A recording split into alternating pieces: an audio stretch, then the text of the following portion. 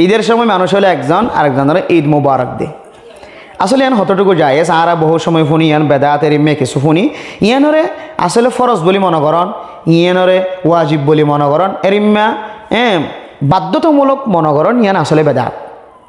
তার মানে বলা জুড়ে হামাহা করা ফুরিব নহলি গুষ্ট হয়ে যার গই ঈদ মুবারক নদর দলি গুষ্ট হয়ে যার গই এরিম্মা অদ্দরে তখন বেদাত হয়ে যাবি আসলে তুই আনতে এরিম্মা বাদত ন ঈদ মুবারক মানে মুবারকময় ঈদ বরকতওয়ালা ঈদ এই ঈদ তো আল্লাহ বলি বরকতক আল্লাহ বরকতক ইয়ান হাদিস দ্বারাও একটু প্রমাণ আছে যেমন আরব দেশের মধ্যে এখনও রেওয়াজ আছে তাকাব্বাল আল্লাহু মিন্না ওয়া মিনকুম সালিহাল আমালি আল্লাহ তাআলা অনারার এবং আরার নেক আমলের আল্লাহ তাআলা কবুল করুক আমাল সালিহাতের আল্লাহ কবুল করুক ইয়ানও এক ধরনের ঈদ মুবারক জানা দিয়ে রিজিয়া তাইলে স্বাভাবিক যদি হনিকে দেখিয়ে ঈদ মুবারক এন হদ দইলে তার ইয়ান এত বেশি মারাত্মক অপরাধ নয় ইয়ানোর অনুমতি আছে শরিয়া দৃষ্টিতে বেদাত হত তো যাইবই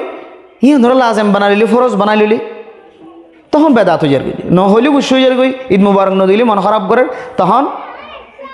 বেদাতের দিকে যাইবে স্বাভাবিক ঈদ মুবারক